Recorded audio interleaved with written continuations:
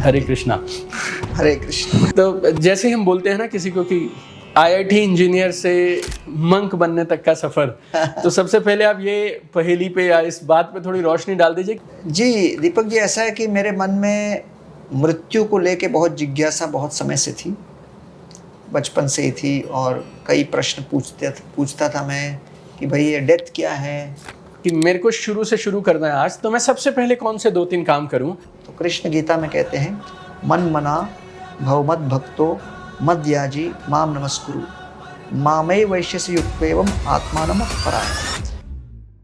किस चीज को मैं चिंतन मानूं और कब वो चिंतन चिंता में बदल जाता है? चिता और चिंता में एक बिंदु का अंतर है। चिता अमृत शव को मृत्यु के पश्चात एक बार जलाती है, लेकिन चिंता जीवित व्यक्ति को जीवन पर्यंत क्षण क्षण जलाती है।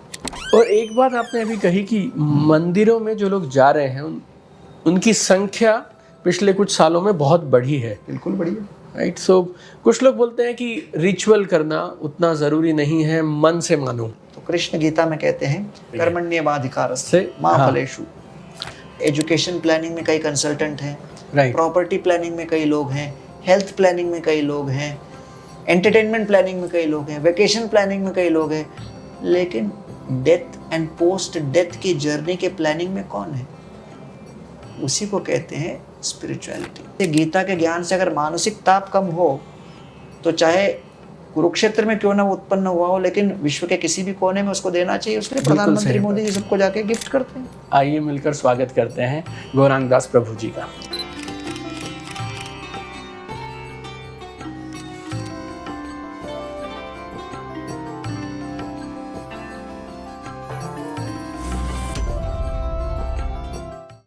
आज हमारे ऑफिस में, हमारे स्टूडियो में अलग सी रोशनी है और हम सब लोग पहले से ज़्यादा स्ट्रेंथ, पहले से ज़्यादा पावर महसूस कर रहे हैं, क्योंकि आज जो हमारे साथ गेस्ट हैं, हम सच में सौभाग्यशाली महसूस कर रहे हैं कि आज उन्होंने हमें समय दिया।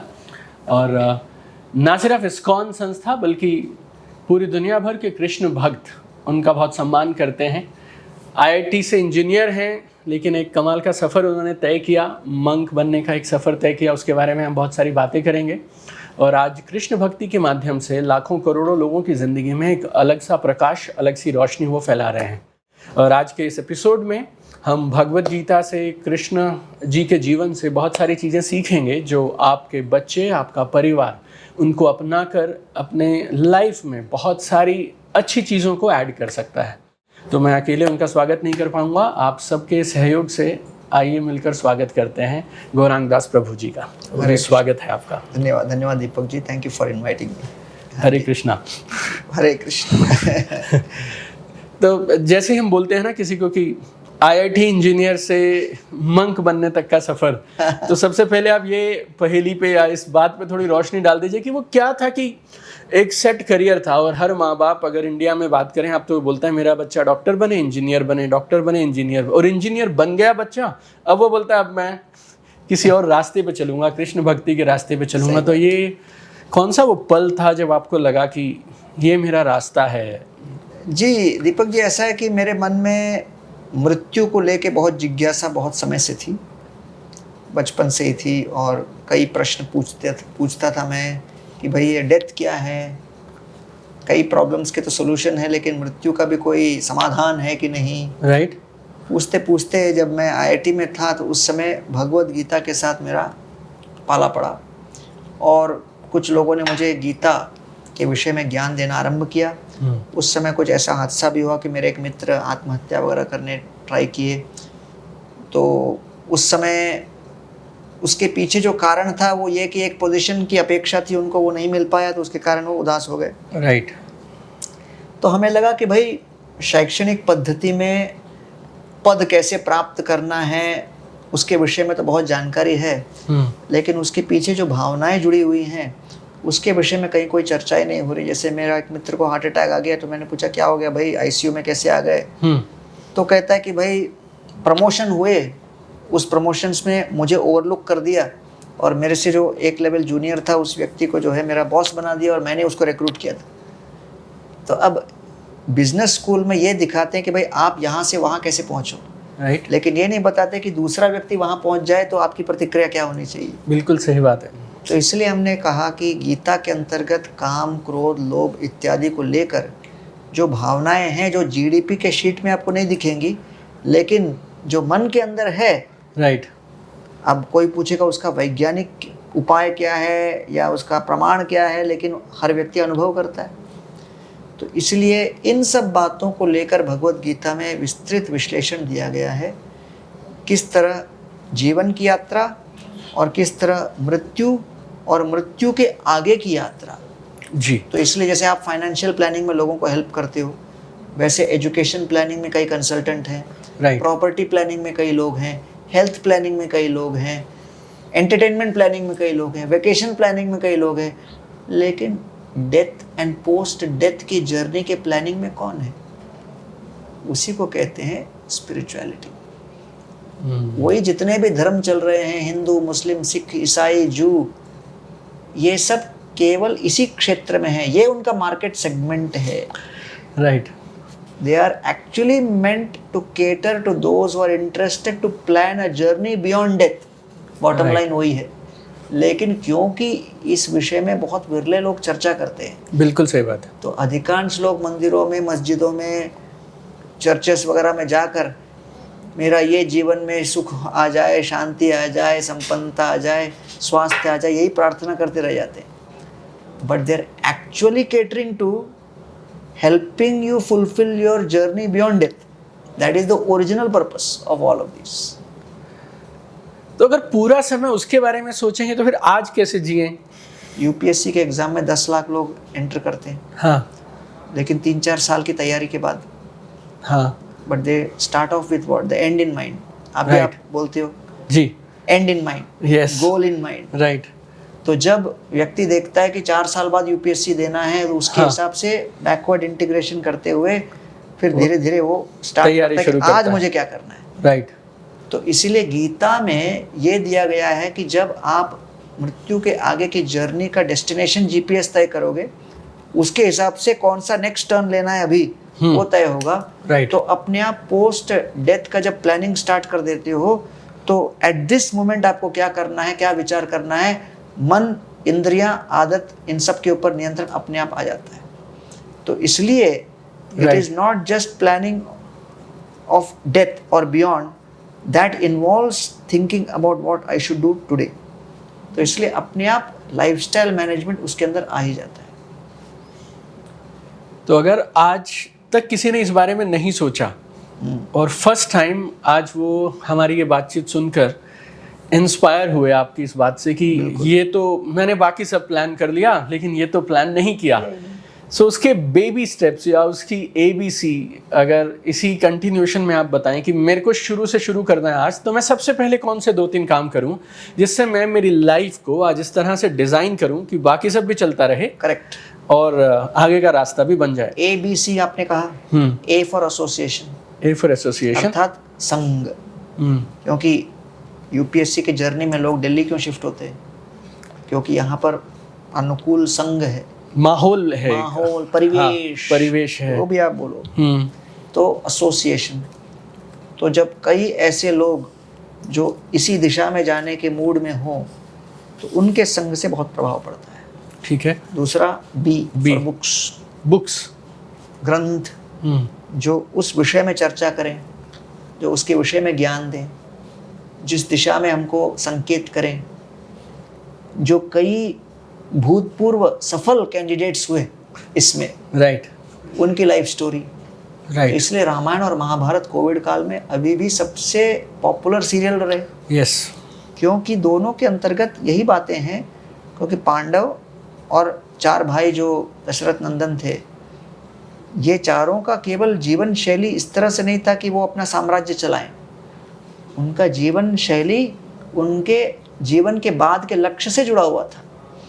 तब जाकर वो जीवन के संघर्षों में संपत्ति और विपत्ति से घबराए नहीं। संपत्ति में बहुत अधिक सुख पाना और विपत्ति में बहुत अधिक विषाद उत्पन्न करना, ये दोनों से हम तभी अनासक्त हो सकते हैं जब हम जानते हैं कि हमारा अंतिम लक्ष्य कुछ और है इससे आगे। तो इसलिए मैं कहता हूं कि भाई, problem can be solved, difficulty can be managed. तो प्रॉब्लम और डिफिकल्टी के लिए शिक्षा प्रणाली है। राइट। लेकिन ये प्रॉब्लम और डिफिकल्टी को छोड़ के एक और कैटेगरी है, उसको कहते हैं क्राइसिस और कैलामिटी। ठीक है। बच्चा डिजास्टर मैनेजमेंट। बच्चा अगर फेल हुआ एग्जाम में, वो प्रॉब्लम है, वो डिफिकल्टी है, ट्यूशन लगाओ पास हो जाएगा। बच्चे का एक्सीडेंट हो गया, मौत हो गई, वो क्राइसिस है, वो कैलामिटी है। तो शिक्षा प्रणाली में उसको झेलने के लिए, सहन करने के लिए, उसके साथ जूझने के लिए कोई टूल्स नहीं है, उपाय नहीं है। तो इसलिए लोग कहते हैं आध्यात्मिक शिक्षा की क्या आवश्यकता है। मैंने कहा भाई, प्रॉब्लम और डिफिकल्टी को तो कोई टेक्नोलॉजी और शिक्षा प्रणाली, यूनिवर्सिटी के एजुकेशन से डील कर सकते हो। राइट। क्राइसिस और कैलामिटी के साथ डील करने के लिए हम हैं, और आध्यात्मिक ज्ञान उसी के लिए है। राइट। तो इसलिए books, see for contemplation, meditation, हम लोग जो करते हैं उसको चैंटिंग हम लोग करते हैं जी। तो कंटेम्पलेशन के, मनन के कई, चिंतन और मनन के कई अलग अलग तरीके, राइट। जिससे जीव ईश्वर के साथ जुड़ सके। और D for diet. Diet. Diet, जैसा अन्न वैसा मन। राइट।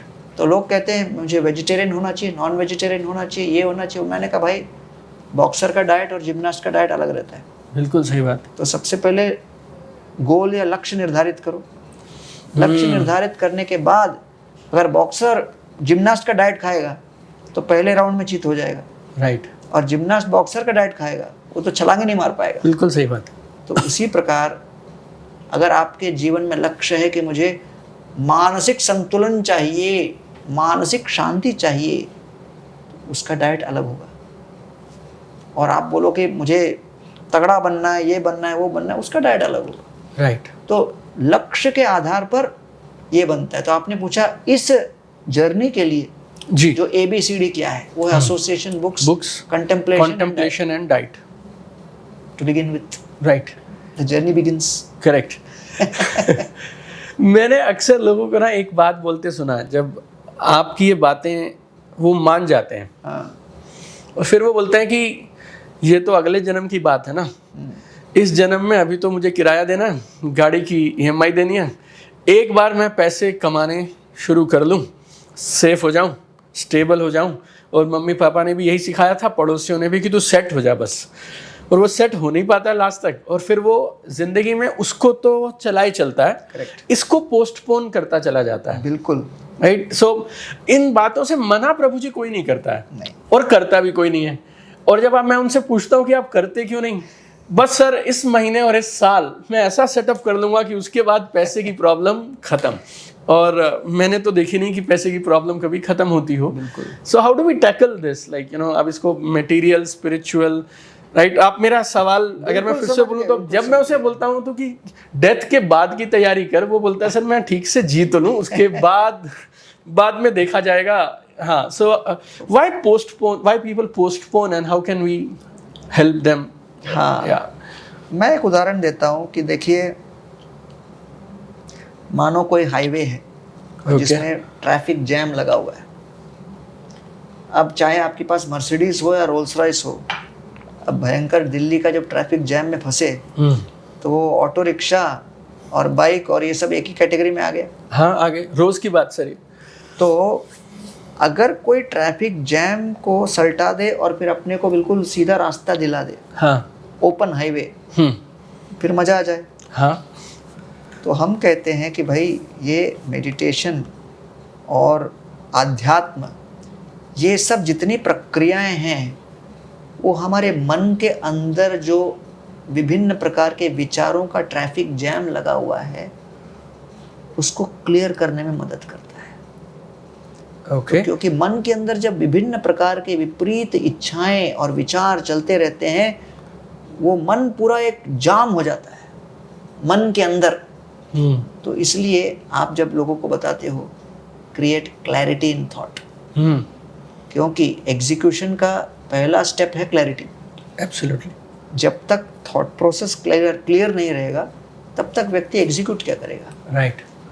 तो जो भी व्यक्ति आध्यात्म के क्षेत्र में उतरता है, उसका सबसे पहला जो अनुभव है वो है मानसिक रूप से उसका जाम हटने लगता है, क्लियर हो जाता है, और फिर उसके अंदर क्लैरिटी आ जाती है कि मुझे क्या करना है। और ये जाम लगाने वाले जो तत्व कौन से हैं, ट्रक्स कौन से हैं? काम, क्रोध, लोभ, मोह, मद, मत्सर। ये षड रिपु कहले, 6 एनिमीज। 6 enemies. षड रिपु, 6 शत्रु। काम, लस्ट, क्रोध, एंगर, Anger, लोभ, greed. मोह, इल्यूजन, Mhm. मत्सर विच इज द्वेष या Jealousy, envy, jealousy. envy. Mm. काम, क्रोध, लोभ, मोह, मद। मद इज प्राइड। अहम. तो इस तरह से ये 6 हमारे रिपु हैं या शत्रु हैं, और ये किसी भी व्यक्ति के मन पर हावी हो जाते हैं। और फिर जैसे एक पेड़ के नीचे व्यक्ति सो रहा था, वहाँ एक बिल था, बिल से सांप निकला और सांप ने इस व्यक्ति को डस दिया। चिल्ला के उठा और मुड़ के देखा, सांप अंदर चला गया बिल के, चूहा बाहर आ गया। एक चूहा था बगल में, वैसे ही चूहा बाहर आ गया। हाँ. उस आदमी ने देखा चूहा, उसको लगा चूहे ने काटा। चूहे को देख के गाली देने लगा, नालायक, क्यों मुझे काट डाला, मारूंगा करके इस तरह हाथ दिखाया। चूहा डर के मारे अंदर घुस गया, लेकिन चूहे को बड़ा लगा कि यार अपमान हो गया। हाँ.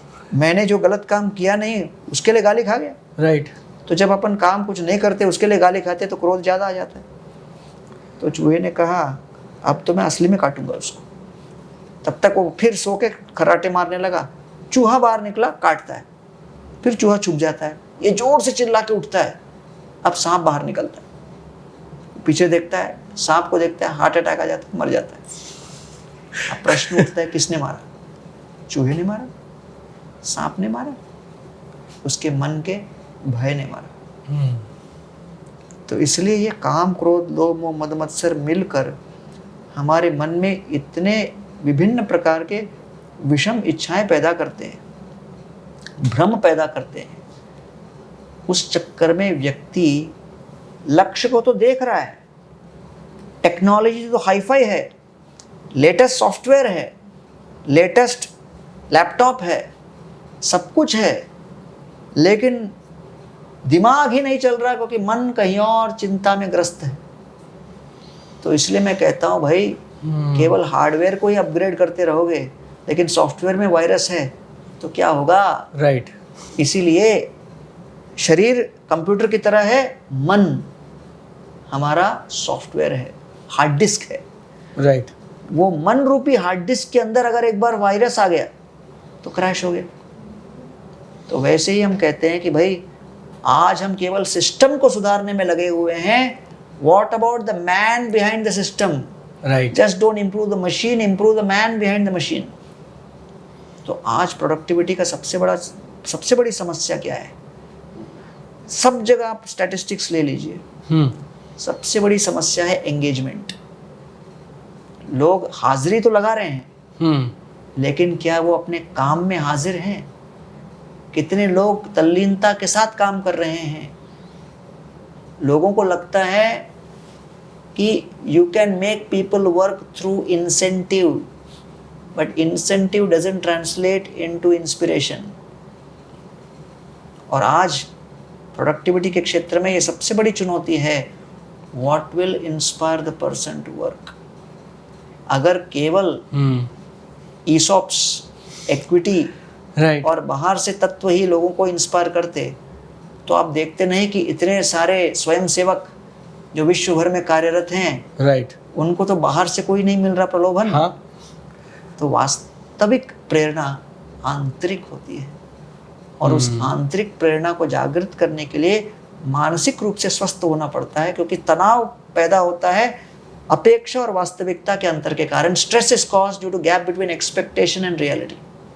That's the core, right? The core of the stress. Any amount, any kind of stress हम किसी की भी like अगर जिक्र करेंगे तो expectation and reality के बीच का गैप। तो इसलिए आज मेंटल हेल्थ को लेकर चर्चाएं चल रही है। हाँ. अरे 1.54 lakh suicides in 2020 in India, 1.65 lakh suicide in 21, 1.74 lakhs in 2022। लोग इस तरह मानसिक पीड़ा अनुभव कर रहे हैं, you can not ignore it any more, right. So we have to deal with it. और इसलिए ये केवल ऐसा नहीं कि मृत्यु के आगे की कहानी है, ये आज हमारे बच्चों के, परिवार के सदस्यों के, एम्प्लॉयज़ के, सभी के मानसिक स्वास्थ्य के लिए जो उचित दवा है उसको कहते हैं मंत्र, और जो अस्पताल है उसको कहते हैं मंदिर। मन के अस्पताल को कहते हैं मंदिर। ये बढ़िया, एक बार फिर से बोलिएगा प्रभु जी ये वाली चीज़। मन के अस्पताल को कहते हैं मंदिर, और उस मन की दवा का नाम है मंत्र। मंत्र, समझ रहे हैं? राइट। इसलिए तो भारत में 20 लाख मंदिर हैं, 70,000 अस्पताल हैं। मंदिर इतने प्रचलित क्यों हैं? क्योंकि प्राचीन काल से भारत में मानसिक रूप से स्वस्थ रहने की प्रक्रिया लोगों के सामने यही थी। और आज भी चाहे कितना भी टेक्नोलॉजी बढ़ जाए, आज भी युवा पीढ़ी भले वैज्ञानिक रूप से उनको अध्यात्म न सिखाया जाए, लेकिन श्रद्धालु हैं, राइट। और लोगों की मंदिरों में जाने की संख्या कोविड काल के बाद 5-10 गुना बढ़ गई जी।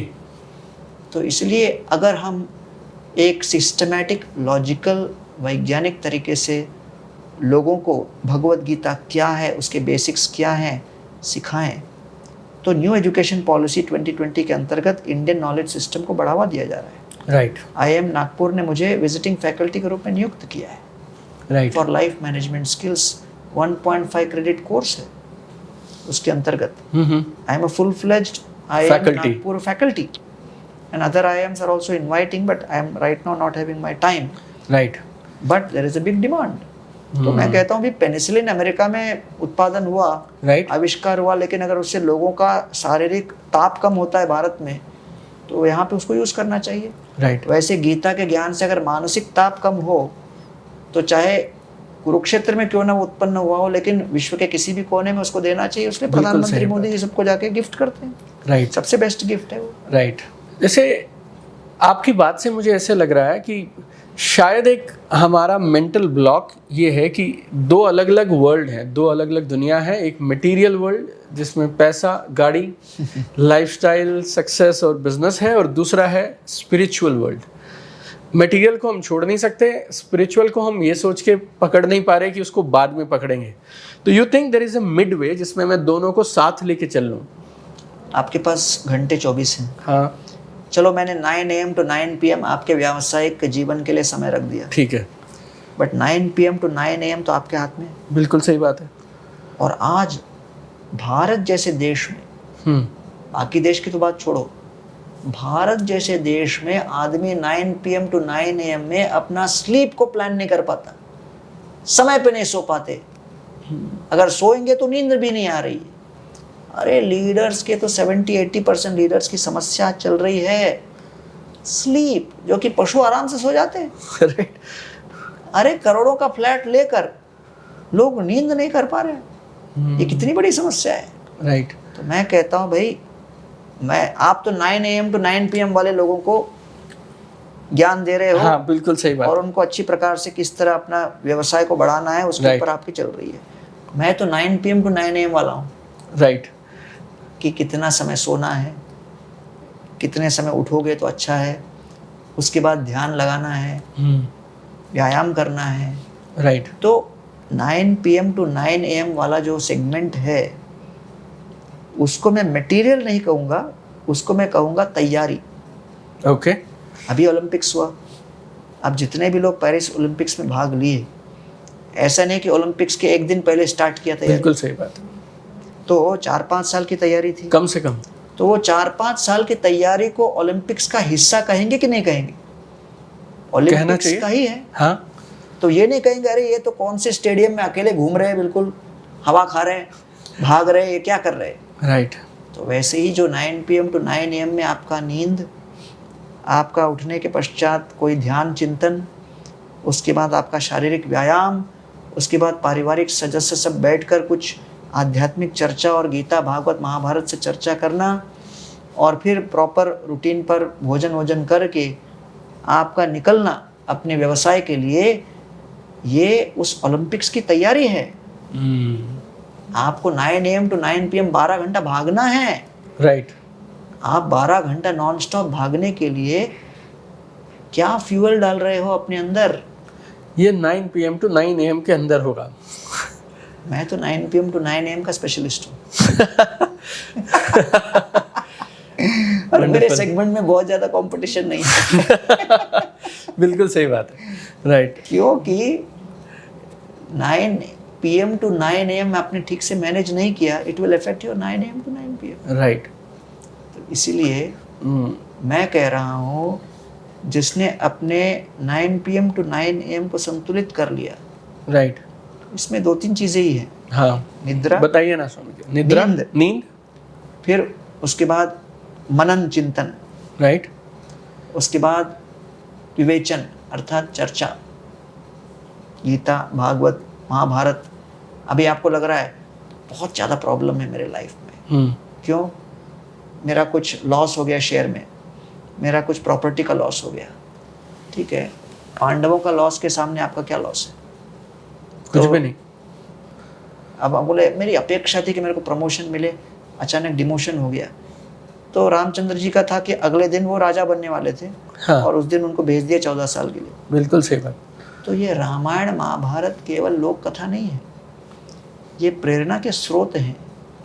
और जब हम उनको पढ़ते हैं, श्रवण करते हैं, चर्चा करते हैं, तो उनकी आध्यात्मिक ऊर्जा और शक्ति वो हमारे मन को असर करती है, और हमारे अंदर एक अलग स्तर की मानसिक शक्ति उत्पन्न होती है। तब जाकर विपत्तिग्रस्त परिस्थितियों में हम उन रोल मॉडल्स को देखकर अपने विपत्तिग्रस्त परिस्थितियों में ऊर्जा पाते हैं। राइट। तो ये सब ऊर्जा के स्रोत हैं। राइट। तो लोगों को लगता है ऊर्जा मतलब सुबह ब्रेकफास्ट खाओ। अरे ब्रेकफास्ट से शरीर को ऊर्जा मिलती है। राइट। मन को ऊर्जान्वित करने के लिए आप क्या कर रहे हो? तो ये भारतीय सनातन धर्म के अंतर्गत ये हमारा धरोहर है, हमारा यूएसपी है। Right. हम लोग ग्लोबल लीडर हैं इसके। बिल्कुल सही बात है, अनडिस्प्यूटेड लीडर हैं हम। जो आपका कोर प्रोडक्ट को ही भूल कर आप यहाँ वहाँ घूमने लगो तो पागलपन होगा ना। बिल्कुल सही बात है।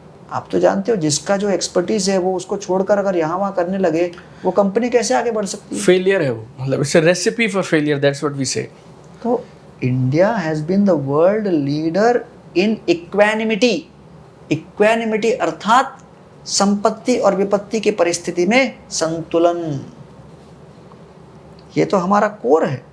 राइट। और इसलिए तो रामायण, रामचंद्र जी का चरित्र, युधिष्ठिर का चरित्र, ये सब क्यों प्रशंसनीय है? क्योंकि जब उनके सामने विपत्ति आई, इतनी संपत्ति के बाद अचानक विपत्तिग्रस्त परिस्थिति में सामान्य व्यक्ति को तो हृदय का दौरा लग जाता है। सही बात है। लेकिन how they faced those calamities, those challenges with equanimity, उसको कहते हैं स्थित प्रज्ञ। स्थित प्रज्ञ अर्थात जो हर परिस्थिति में स्थिर रहे। तो ये तो भारतीय सभ्यता की सबसे बड़ी देन है। राइट। और आज के वोलेटाइल अनसर्टन परिस्थिति वुका वर्ल्ड में जितना इंस्टेबिलिटी आज हो गया है, राइट, उतना ज़्यादा जो मानसिक रूप से स्टेबल करने के तत्व को एम्ब्रेस करना कितना आवश्यक है। तो इसलिए मैं तो कहता हूँ ये आजकल ऑप्शन नहीं है, ये एक बहुत बड़ा कंपल्शन है कि हर कॉर्पोरेट लीडर, हर बिजनेस लीडर, हर स्टार्टअप फाउंडर जो कि day in and day out केवल अनिश्चितता और अनसर्टेनिटी के साथ डील कर रहा है, सही बात है, उनके लिए ये सारा ज्ञान एक बहुत बड़ा धरोहर बनेगा, बहुत बड़ा टूल बनेगा। तो ये टूल किट में ये बहुत इंपॉर्टेंट है ये। और फिर डाइट और एक्सरसाइज। राइट। तो इन सब 3-4 चीज़ों को अगर 9 PM to 9 AM के बीच में आपने मैनेज कर लिया, फिर देखो आपका 9 AM to 9 PM का एफिशिएंसी क्या लेवल पे पहुंचेगा। राइट। बाकी चीज़ों पे मैं क्लियर हो गया कि जो आपने कॉन्टेम्पलेशन वाली बात कही या चिंतन वाली बात कही, इसको आप थोड़ा और इलेबोरेट करिएगा कि मैं किस चीज़ को मैं चिंतन मानूं और कब वो चिंतन चिंता में बदल जाता है, मैं बताता और वो ओवर थिंकिंग में बदल जाता है। गीता में 5 तत्वों का वर्णन किया गया है। भौतिक मतलब क्या? प्रकृति विच इज नेचर, काल समय, और कर्म एक्शन। ओके। हम लोग सब कर्म कर रहे हैं, लेकिन हम सब शरीर के अंदर हैं और हम सब प्रकृति के तत्वों के बीच हैं। इट्स ऑल नेचर, राइट, प्रकृति। और हम लोग सबके ऊपर काल का प्रभाव है, टाइम। तो गीता के 5 टॉपिक्स हैं। हर, क्योंकि वर्ल्ड में 31% क्रिश्चियंस हैं, 23% मुस्लिम्स हैं, 15% हिंदू हैं, 8.5% बौद्ध हैं, तो ये सभी अलग अलग दिखने के लिए अलग अलग धर्म हैं, पंथ हैं। राइट, समझ रहे ना? जैसे आपको लगेगा कि रिलायंस एक है इंडस्ट्री, अडानी एक इंडस्ट्री है, ये इंडस्ट्री, लेकिन कोर प्रिंसिपल्स तो वही रहते हैं। बिल्कुल सही। फाइनेंस, मार्केटिंग, एचआर, ये वो सब। Yes, exactly. वैसे ही नाम भले अलग हों, लेकिन ये आध्यात्म के अंतर्गत तत्व 5 ही हैं। तो पहला है प्रकृति, नेचर, काल, टाइम, कर्म, एक्शन, और 2 तत्व में ये 3 जो है भौतिक के अंदर आ जाता है। ओके। तो ये 3 को तो हर एक व्यक्ति के साथ, हर एक व्यक्ति को जूझना पड़ता है इन तीनों के साथ। लेकिन आध्यात्मिक जो कहते हैं, वो जो दोनों को जोड़ने पर ये 3 के साथ, तब वो आध्यात्मिक स्टार्ट होता है। ये 2 क्या है? जीवात्मा, अच्छा, सोल विद इन, राइट, आत्मा। तो वो आत्मा के विषय में जानकारी जब से प्राप्त होने लगती है, तब व्यक्ति अपने आप को आध्यात्मिक कहला सकता है। नहीं तो हम काम कर रहे हैं, राइट, मैंने ये किया, मैंने वो किया, मैंने इतना कमाया, मैं बोल रहा हूँ, लेकिन समझ नहीं रहे कि अंदर एक आत्मा है जो मृत्यु के बाद वो निकल जाएगी, उसका आभास नहीं। तो व्यक्ति काम करते हुए भी केवल प्रकृति, काल और कर्म के विषय में ही चिंतन कर रहा है। बिल्कुल सही बात है। जब व्यक्ति को लगता है कि हाँ, हमारे अंदर एक आत्मा है जो स्थायी है, शरीर के बदलने पर भी वो आत्मा नहीं बदलती, तब आध्यात्मिक ज्ञान का आरंभ होने लगता है उसके जीवन में। तो जब तक हमें लगता है कि मैं प्रकृति का दमन कर रहा हूँ, प्रकृति का आधिपत्य मैं कर रहा हूँ, I am controlling nature, I am the cause of the victory, I am the cause of success, तो प्रकृति, काल और कर्म के ऊपर जो सत्ता जमा के बैठा है उसको कहते हैं भोगी। अच्छा, जब भोग करते करते आपत्तियां आती हैं, समस्याएं आती हैं, व्यक्ति चिंतित होने लगता है। भोग का अनुभव, चिंता, चिता और चिंता में एक बिंदु का अंतर है। चिता अमृत शव को मृत्यु के पश्चात एक बार जलाती है, लेकिन चिंता जीवित व्यक्ति को जीवन पर्यंत क्षण क्षण जलाती है। बिल्कुल सही बात है। तो ये चिंता को लेकर जब व्यक्ति सोचने लगता है कि भाई, मुझे तो लगा कि मैं ही मालिक हूँ, मैं ही ये हूँ, लेकिन फिर भी सब प्लानिंग के बाद भी फेल हो रहा है, ऊपर देखता है कोई है क्या, राइट। तो वो 5वां तत्व एंट्री होता है, ईश्वर। समझ रहे ना? तो चाहे हिंदू हो, मुस्लिम हो, क्रिश्चियन हो, जू हो, बौद्ध हो, जैन हो, सिख हो, कोई भी हो, 4 तत्व तो सभी मानते हैं, प्रकृति, काल, कर्म और आत्मा। समझ रहे? इसमें तो कॉमनैलिटी है, राइट। 5वें तत्व के भी ईश्वर को सब मानते हैं। हाँ, कोई तो है। हाँ, बिल्कुल सही। और हमेशा ये ऊपर जाती है निगाहें। 5वें तत्व का नाम, रूप, स्वरूप, गुण, इसके ऊपर जब चर्चा स्टार्ट होती है तब भेद शुरू हो जाता है। राइट। तो मैं कहता हूँ भाई 4.5 आउट ऑफ 5 में तो एग्रीमेंट है ना। बिल्कुल सही बात है। तो भाई वहीं से तो स्टार्ट करो। करेक्ट। तो ये जो ईश्वर तत्व है, जब जीव सोचता है कि मैं तो हमेशा प्रकृति, काल और कर्म के ऊपर ही मेडिटेट कर रहा हूँ, तो कुछ गड़बड़ है। जब ऊपर देखूं, ईश्वर के साथ मेडिटेट, उसके साथ नाता जोड़ने का जब मैं स्टार्ट करता हूँ, उसको कहते हैं योग। जब जीव केवल प्रकृति के साथ संबंध बनाने के ऊपर ही मनन करता रहता है, उसको कहते हैं भोग, और उस अनुभव को कहते हैं चिंता। जब वो ऊपर देखकर जीव सोचता है मैं ईश्वर के साथ अपना संबंध जोड़ूं, उसको कहते हैं योग, और उस अनुभव को कहते हैं चिंतन। तो ये है भोग और चिंता, ये है योग और चिंतन। तो इसलिए ultimately life is all about quality of experience, right, not how many room house you are staying in. Absolutely. समझ रहे ना? तो इसलिए अगर लोगों को अपने जीवन की गुणवत्ता को बढ़ानी है जी, तो इसलिए तो यूनाइटेड नेशंस ने इंटरनेशनल डे ऑफ योगा को स्थापित किया। राइट। तो योग का अर्थ है कि हम एक ईश्वर के साथ संबंध स्थापित करें, और जब उनके साथ संबंध स्थापित कर लेते हैं, फिर उस संबंध को स्थापित करने के बाद फिर प्रकृति, काल और कर्म के साथ जूझें। यही तो अंतर है अर्जुन और दुर्योधन में। गीता सुनाने के पहले और गीता सुनाने के बाद दोनों के प्रोफेशन में तो चेंज नहीं आया। हाँ। कोई व्यक्ति मुझे कह रहा था आप दुर्योधन को बहुत गालियां देते हो, अर्जुन के बारे में पक्षपात करते हो। मैंने कहा भाई तेरे घर में किसी का नाम दुर्योधन रखा है क्या? पोते का नाम रखा है क्या? राइट। किसी का नाम दुशासन रखा है और प्रेम से उसको दुष्यु बुलाते हो क्या? हाँ। नहीं बोले नहीं। क्यों? बोले दुर्योधन में कुछ तो गड़बड़ था। हाँ, बिल्कुल सही बात। क्यों गड़बड़ था? कैरेक्टर नहीं था, इंटेंशन गलत थे। Correct. Duryodhan means one who is always fighting for the wrong cause. जो गलत लक्ष्य के लिए हमेशा युद्ध करे वो है Duryodhan. What was his cause? Ego. मैं नंबर 1 रहूं बस।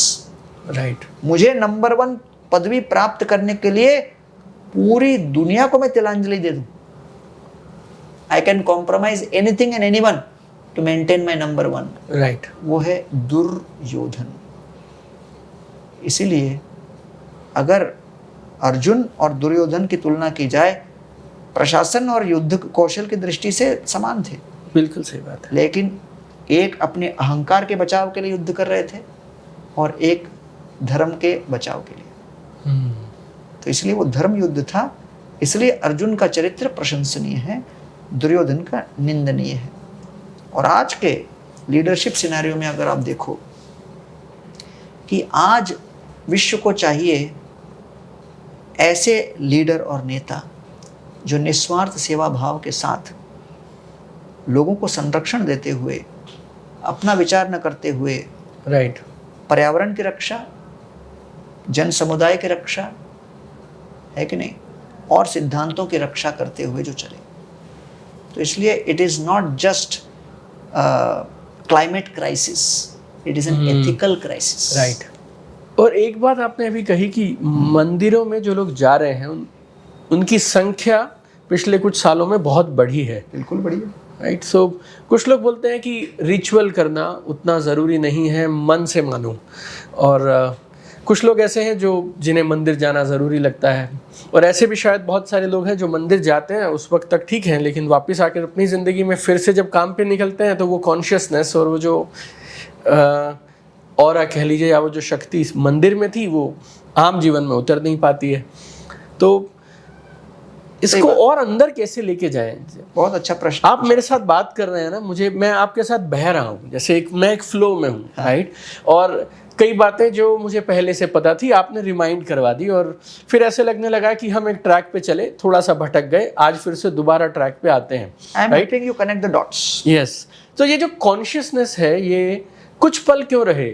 ये सिर्फ जब मैं चिंतन में बैठता हूँ, जब मैं मेडिटेशन में बैठता हूँ, वो 10 मिनट, वो 15 मिनट, या जब मैं मंदिर गया, या मैं वृंदावन चला जाऊँ, या मैं ऋषिकेश हरिद्वार चला जाऊँ, वहाँ क्यों रहे? ये मेरा जीवन चलता फिरता कॉन्शियसनेस के साथ वाला जीवन कैसे बने? राइट। ये मेरा पर्सनल प्रश्न भी आप मान सकते हैं प्रभु जी। बिल्कुल बिल्कुल। बेसिकली आपका प्रश्न है कि how to seamlessly integrate. Yes. तो कृष्ण गीता में कहते हैं मन मना भवमद भक्तो मद्याजी माम नमस्कुरु मामय वैश्यस्य युक्तेवम आत्मानमत परायण।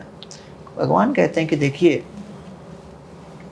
मन तो बिल्कुल बंदर की तरह नाचेगा, उसको नियंत्रित करना इतना आसान नहीं है। लेकिन 2 तरीके से मन को वश में ला सकते हैं, अभ्यासेन तु कौन्तेय वैराग्येण च गृह्यते। तो आधुनिक शिक्षा प्रणाली में लोग बिल्कुल सक्सेस के ऊपर ही फोकस कर रहे हैं, विजय विजय विजय विजय। लेकिन आध्यात्म में 3 बातें और हैं। ओके। पहला है वैराग्य। वैराग्य अर्थात डिटैचमेंट, कंट्रोल, एबिलिटी टू से नो। दूसरा है विवेक, किस तरह के चॉइसेस करें। और तीसरा है विनय, नम्रता, किसकी बात को सुनने की इच्छा और उसको पालन करने की भी इच्छा। तो इसलिए जब तक वैराग्य, विवेक और विनय नहीं होगा, हम पूर्ण रूप से अपने ही मन और इंद्रियों पर विजय नहीं प्राप्त कर सकते। वैराग्य का मतलब संन्यास लेना नहीं है। नहीं, वैराग्य मतलब मन से संन्यास। जब मैंने सोचा ये नहीं करना, हाँ, तो नहीं करना। आज सबसे बड़ी समस्या लोगों की क्या है? लोग अपने मन और इंद्रियों पर वश नहीं कर पा रहे, है ना। अरे बाबा, साल का हम लोग का 18 ट्रिलियन सिगरेट्स फूके जा रहे लोग। 18 ट्रिलियन हाँ सिगरेट्स। हाँ, तो विश्व भर में ये समस्या चल गई है। तो अपने ही उसमें लिखा हुआ है डेंजरस फॉर हेल्थ, ये वो, फिर भी है कि नहीं। तो सिगरेट छोड़ दीजिए, लोग बोलते हैं मुझे वजन कम करना है, मिठाई नहीं छोड़ पाते, कोई चाय नहीं छोड़ पा रहा, कई अलग अलग समस्याएं हैं। तो इसलिए तो मैं कह रहा हूँ कि आत्म संयम, नियंत्रण। तो भगवत गीता में क्या क्या है? Discipline is the fusion of intention with action. Intention है लेकिन एक्शन के साथ उसको जोड़ना है ना। राइट। तो इसलिए जब आपको सीमलेसली इसको फॉलो करना हो, जैसे कहते हैं ना मधु को जब आप पोर करो तो वो बिल्कुल कैसे स्मूथ चलती है, फ्लो रहेगा। हाँ, वैसे ही आपके मानसिक, वाचिक और शारीरिक, इन तीनों क्रियाओं में पूरा समन्वय होना चाहिए। What you think should be what you speak, should be what you do. Right. That is the foundation for peace. हर प्रकार के चिंता का यही मूल कारण है कि हमारे मन में एक विचार है, वाणी में दूसरे, शरीर के माध्यम से कुछ और हम कर रहे हैं। राइट। तो जितना तीनों में समन्वय आएगा उतना धीरे धीरे मन में संतुलन आएगा, फिर संतुलन आएगा तब शांति आएगी, जब शांति आएगी तब सुख आएगा। तो इसलिए सुख पाने के लिए कोई शॉर्टकट उपाय नहीं है। ऐसे आप भी जैसे अपने फाइनेंस सेक्टर में सबको बोलते हो कि भाई जो भी हो कंपाउंड होना है। हाँ, रातों रात अमीर नहीं बन सकते, वो रेगुलर सब बेसिस पे आपको राइट, थोड़ा इन्वेस्ट करते हुए, आपको तो पता ही है वॉरेन बुफे का फॉर्मूला कैसे, राइट है कि नहीं? बिल्कुल। तो इसलिए आध्यात्म में भी वही फॉर्मूला है। हर दिन संतुलित रूप से, नियमित रूप से थोड़ी क्रियाएं करते रहिए। ये नहीं कि चलो भाई आज दिवाली का दिन है, आज हम ये कर लेंगे वो कर लेंगे, उसके बाद अगले दिन फटाका सेम। हाँ, वही वापस। Correct. Doing something every day is important. और आज आपने बहुत इम्पोर्टेंट, 1 बिलियन हिंदूज है भारत में। सबसे बड़ी समस्या हिंदू समाज में क्या है? आज मैं बार बार कह रहा हूँ, लैक ऑफ साधना, एक नियमित आध्यात्मिक अनुशासन की कमी। चर्चाएं होती हैं, बिल्कुल सही बात है, औपचारिकता के लिए बहुत सारी बातें करते हैं और हाँ कर देते हैं। हाँ, और एक पॉलिटिकल नैरेटिव भी कई बार बन जाता है, हिंदू हिंदुत्व ये वो। यस। लेकिन व्यक्तिगत जीवन में उसको उतारना और उसका एक अनुभव पाना, क्योंकि अल्टीमेटली जब आप हलवा खाओगे तब उसका अनुभव आएगा, तब थर्ड पार्टी को बोलने की जरूरत नहीं कि ये मीठा है। बिल्कुल सही बात है। उसी प्रकार हमारे जो गीता, भागवत, वेद, पुराण में जो आध्यात्मिक ज्ञान दिया हुआ है वो यहाँ पर 56 भोग यहाँ पर बट रहा है, खाने वाले नहीं हैं। तो इसलिए हम इन सब फोरम्स के माध्यम से लोगों को प्रेरणा दे रहे हैं कि भैया आपके आत्मा और मन के लिए यहाँ 56 भोग बट रहा है। राइट। स्वीकार करो, शर्माओ मत, फ्री में बट रहा है, आप ही के लिए है। राइट। तो इसलिए जब ह्यून सांग भारत में आए, चाइनीज ट्रैवलर, उन्होंने अपने ट्रैवलॉग में लिखा, मैं भारत के लेंथ और ब्रेथ में घूमा, एक भी दुखी व्यक्ति नहीं मिला मुझे। तो भारत विश्व का 1 AD से लेके 1000 AD तक 36% GDP भारत का था, 1500 तक 28% हो गया, 1900 में 1% हो गया, but at least 1700 years we were the world leaders in economy. लेकिन उससे बहुत बड़ी उपलब्धि क्या थी? ये समाज मानसिक और सामाजिक रूप से स्वस्थ था। और देखिए उस समय दोनों साथ भी चल रहे थे, साथ थे, इसीलिए अर्थ, लोग केवल सोने की चिड़िया, सोने की चिड़िया बोलते रहते हैं, लेकिन ये नहीं मानते कि उस समय भारत पूर्ण रूप से आध्यात्मिक था। 6.5 लाख संस्कृत के विद्यालय थे, गांव-गांव में विद्यालय थे संस्कृत को लेकर। तो ये सभी बातों को समझना बहुत आवश्यक है कि हम लोग भारत को अगर विश्व गुरु बनाना चाहते हैं तो ये अवश्य संभव है। और इसके लिए एक बहुत महत्वपूर्ण भूमिका भारतीय आध्यात्मिक धरोहर को, व्यक्ति को अपने घर के अंदर प्रवेश कराना है, घर को मंदिर बनाना है। राइट।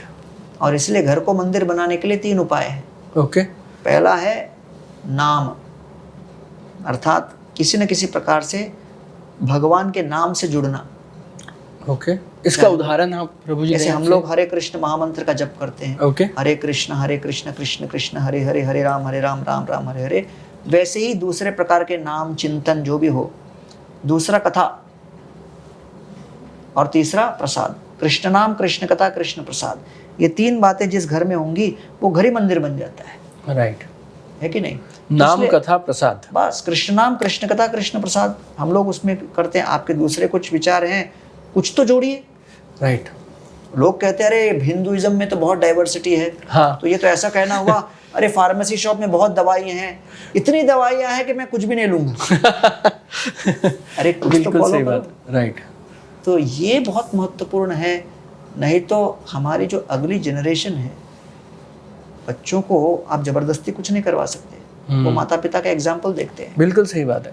और ये जो बीच का जनरेशन है जो फॉलो नहीं कर रहा है, उसको जो अभी जेनजी देख रही है और फॉलो नहीं करेगी, तो धीरे धीरे वो जो आध्यात्मिक लिंक है, जो हमारे उत्सव मनाते हैं, जो परिवार एक साथ जिसके माध्यम से आते हैं, धीरे धीरे कट के हर एक व्यक्ति अपने अपने स्मार्टफोन पे बैठा रहेगा, दिवाली के दिन पटाखे इस पे देखता रहेगा। राइट। और जो उत्सवों के हमको अनुभव हैं वो धीरे धीरे लुप्त हो जाएगा, समय नहीं लगता। इसलिए it is not a time for complacency, it is a time of emergency.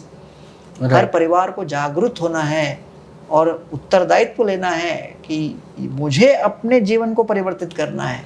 बिल्कुल I can't be looking at the neighbour and saying उसको करना है, उसको करना है। राइट। जब हम परिवर्तित होने का संकल्प करेंगे, तब हमारे व्यक्तिगत परिवर्तन को देखकर हमारे बाल बच्चे उसको फॉलो करेंगे। तो जब आप जैसे जब भागवत गीता का जिक्र आता है ना, तो उसमें एक लाइन है जो कोई फॉलो करे या ना करे, लेकिन मालूम है सबको कि कर्म करिए और फल की इच्छा मत करिए। कर्मण्येवाधिकारस्ते मा फलेषु। इसको जीवन में उतारें कैसे, और इसका सही मतलब क्या है? जैसे start with and in the mind, तो शुरू करना है। जब हम शुरू ही तब करते हैं जब लक्ष्य बन जाता है।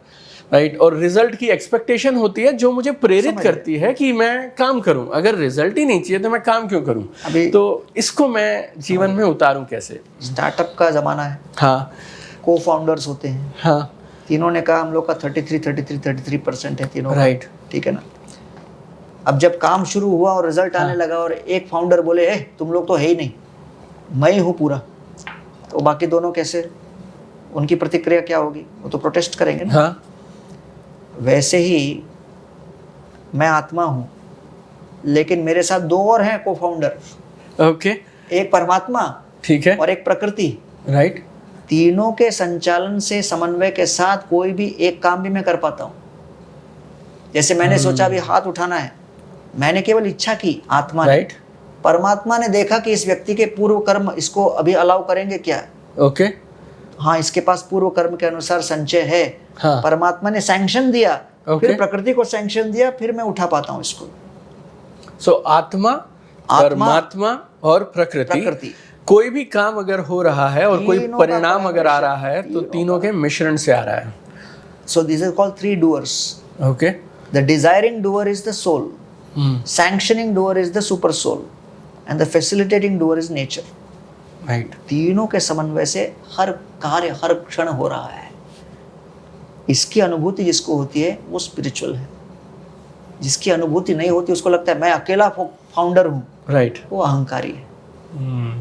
तो इसलिए जब हम जानते हैं कि भाई ये भी हैं और ये भी हैं, तो माँ फलेषु, तो कैसा पूरा फल हम ले सकते हैं? राइट। बांट के ही करेंगे ना। ये चला क्यों जाता है प्रभु जी? जैसे ये सरेंडर का जो भाव है, जैसे मुझे आपने बोला, मैं मान भी गया कि सच में सब मेरी वजह से नहीं हो रहा है, उसमें और भी योगदान और फोर्सेस का, राइट, और शक्तियों का योगदान है। लेकिन वो ये जो चिंतन है या ये जो कॉन्शियसनेस है वो निकल कैसे जाती है, और ये सरेंडर करना इतना कठिन क्यों है? कि मैंने पहले बताया, एक ओलंपिक मेडल पाने के लिए कितने साल का अभ्यास लगता है। तो मन जो कि सबसे तीव्र गति से भागता है, हाँ, उसको नियंत्रण करने के लिए अभ्यास और कड़क अभ्यास लगता है भाई। राइट। इसी को तो साधना कह रहे हैं। इसी को साधना कह रहे हैं। ये भारत की सबसे बड़ी आवश्यकता है। भारत के जो समाज है उनको नियमित रूप से अपने जीवन में साधना के लिए समय निकालना बहुत आवश्यक है। ये न केवल व्यक्तिगत रूप से, पारिवारिक रूप से, सामाजिक रूप से बहुत लाभदायक हर वर्ग पर, हर श्रेणी के लिए रहेगा। राइट, ठीक है ना। दुनिया भर के बहुत सारे देशों में और अलग अलग जगहों से लोग इस बात को, हमारी बातचीत को आज जो हमने किया वो सुनेंगे।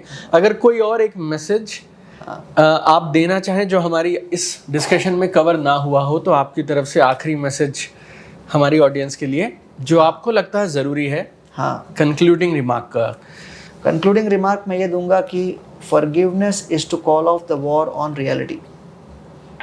ओके, क्षमा का अर्थ क्या है कि जो वास्तविकता है उसके ऊपर युद्ध मत करते रहो, छोड़ो उसको। आज इतने तनाव, क्रोध और हिंसा के परिवेश में बहुत आवश्यक है कि शांति बनाए रखने के लिए समाज में एक क्षमाशीलता की भावना होनी चाहिए। ओके, लेकिन क्षमाशीलता का अर्थ ये नहीं कि हम चुपचाप हाथ पकड़ के बैठे। राइट, न्यायोचित सब कुछ होना चाहिए, लेकिन पारिवारिक स्तर पर छोटी छोटी बातों को लेकर लोगों के जो झगड़े हो रहे हैं उसके कारण परिवार टूटता जा रहा है, समाज टूटता जा रहा है। इसलिए एक क्षमा की भावना को लेकर चलें, सहनशीलता की भाव को लेकर चलें, तब जाकर समन्वय बना रहेगा और हम प्रगति के पथ पे आएंगे। वंडरफुल। सो दिल की गहराइयों से हमारी पूरी टीम की तरफ से, हमारी ऑडियंस की तरफ से आपका बहुत सारा धन्यवाद। ये कीमती समय है, और समय से भी बड़ी बात जो आपने नगेट्स जैसा, जो एक अमृत जैसा होता है ना, जूस जो आपने दिया, उसके लिए दिल की गहराइयों से बहुत सारा धन्यवाद। और प्रभु जी की बातों से मुझे एक चीज़ लग रही थी कि हम लोग सब लोग सोच रहे हैं, चिंतन भी कभी कभी करने लग रहे हैं, लेकिन शायद हम एक्शन में चीज़ों को नहीं लेकर आ रहे हैं। तो आज से इस जो ये एपिसोड हमने आज रिलीज़ किया, आप मुझे नीचे कमेंट में ज़रूर लिखकर बताइएगा कौन सा एक बदलाव है और कौन सी एक शुरुआत है जो आज के इस वार्तालाप को, इस कन्वर्सेशन को देखने के बाद आप शुरू करने वाले हैं। और जब आप एक नया एक्शन लेना शुरू करेंगे ना, तो चीज़ें बदलना शुरू होंगी, और वो हम सब का ग्रैटिट्यूड होगा और थैंक्स होगा प्रभु जी के लिए आज के इस समय के लिए। So thank you so much. Thank you so much. Thank you. धन्यवाद।